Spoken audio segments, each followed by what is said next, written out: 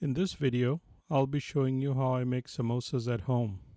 Start off by boiling approximately 8 potatoes. I add a bit of coarse salt to the water for speeding up the boiling process and for infusing the salt into the potatoes.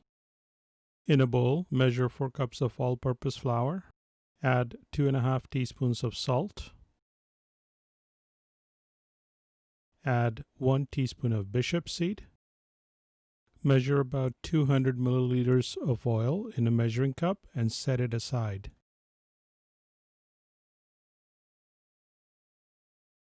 Mix the dry ingredients with a whisk.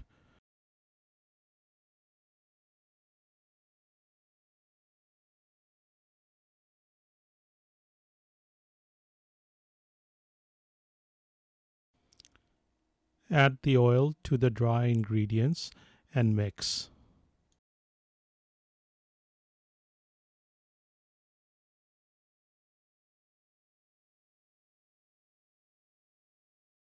I started using my hands to mix as mixing with the whisk gets to be a bit difficult because it's a tough dough.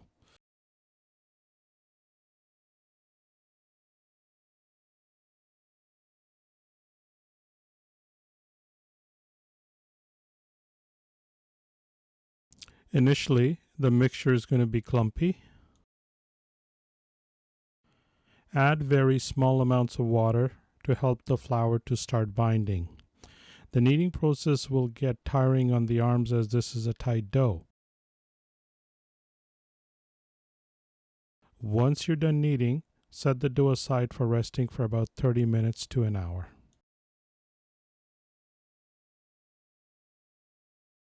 Move on to dicing the green chilies and the ginger. Store them in a plate or a bowl.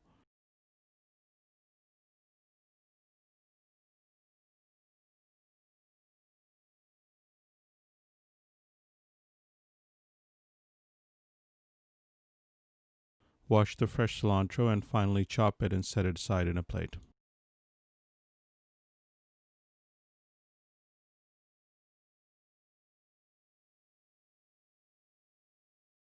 Measure approximately 1 cup of fresh or frozen peas and set it aside. Crush the garlic cloves into a fine paste. I use a mortar and pestle to do so. You can also finely process them in a blender. By this time, the potatoes should have boiled. In a large bowl, place the peeled potatoes and start mashing them. You only need to mash them into small pieces, not a fine mash. Set them aside. Heat a frying pan on medium heat. Pour approximately 7 tablespoons of oil that you're going to use for sauteing. Once the oil has heated, add the asafoetida powder and then the chopped ginger.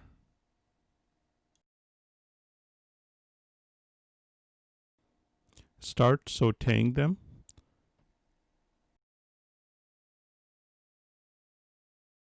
Add the garlic paste to the mix in the frying pan and stir everything together quickly.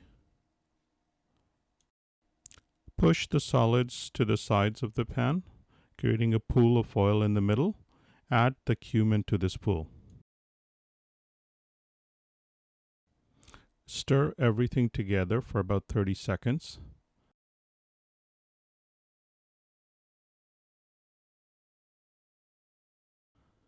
Add the fresh or thawed green peas to the mix and mix thoroughly.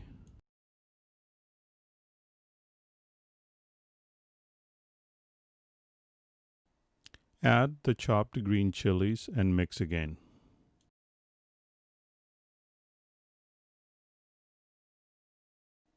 Sprinkle the turmeric powder and mix.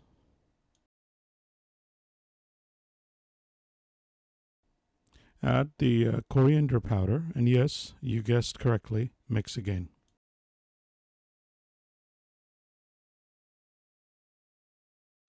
Now, add approximately half of the mashed potatoes from the other bowl to the pan and mix thoroughly.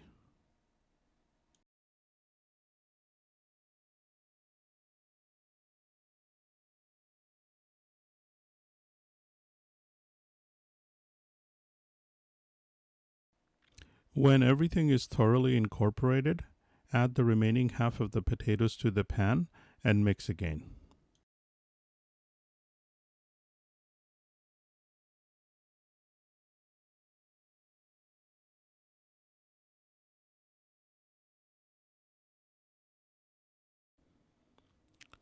Add the garam masala.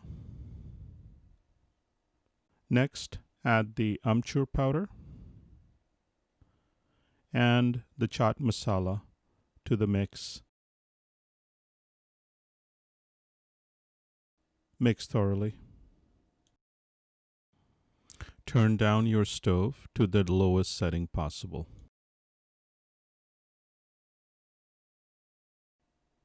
Add the chopped cilantro and mix.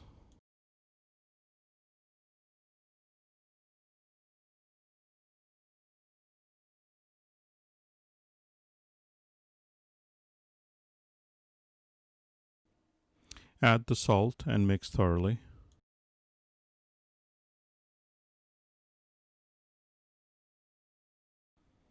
Finally, add the raisins.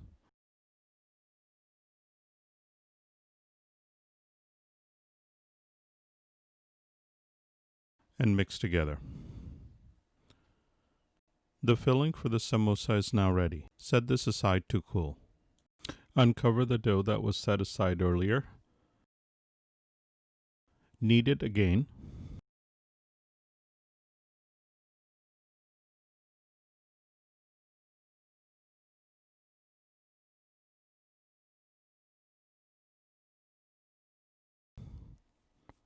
Break off a small 1-inch sized piece.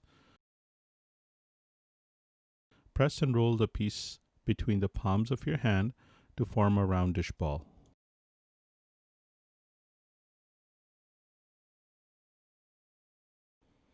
Grease the countertop or the surface where you plan to roll the pastry. Using a rolling pin, roll the piece to form a flat, approximately 6-inch round piece.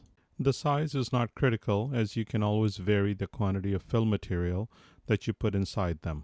Slice it in half, forming 2 semicircles. Take some filtered water in a bowl.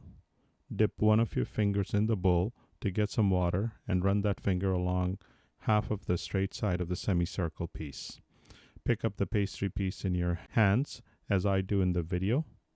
Press the straight side of the pastry together to make them stick and form a cone.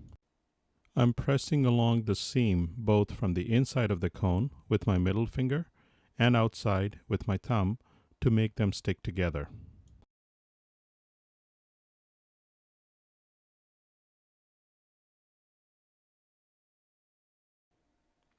Hold this cone in one of your hands like you would hold an ice cream cone.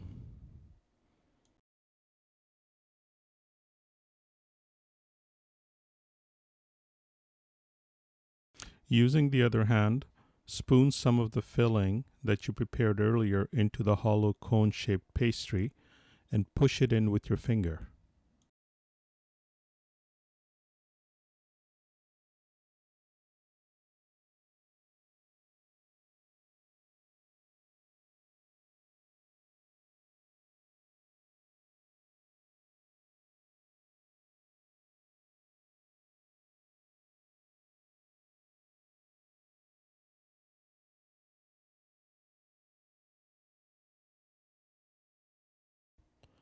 The inside part of the top rim of the cone needs to be laced with water from your finger to seal together the opening.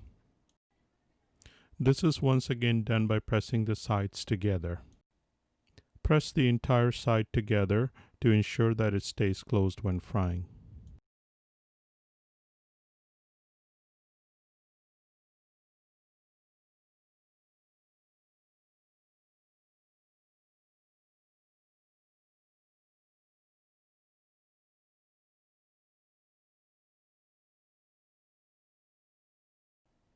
Your samosa is now ready for frying.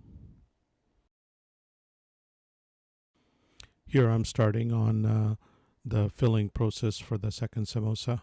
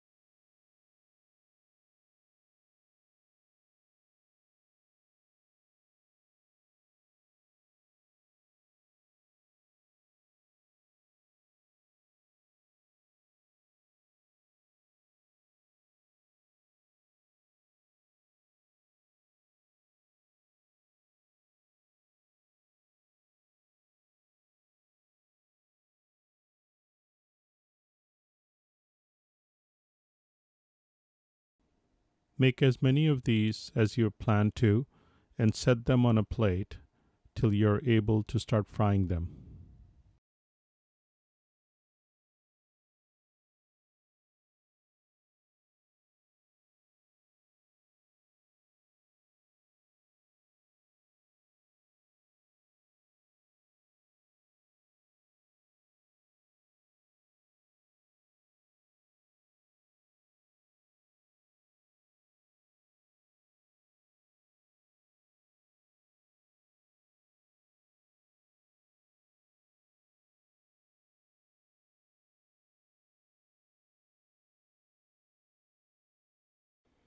Fry the samosas on medium heat till the outside of the samosas become golden brown.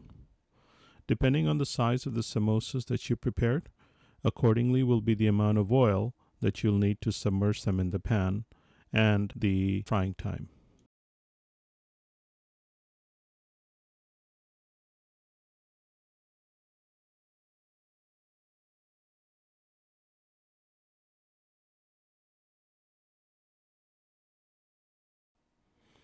Message me if you have any problems, and I'll help you as much as I can. The samosas are now fried. You can start taking them out of the oil.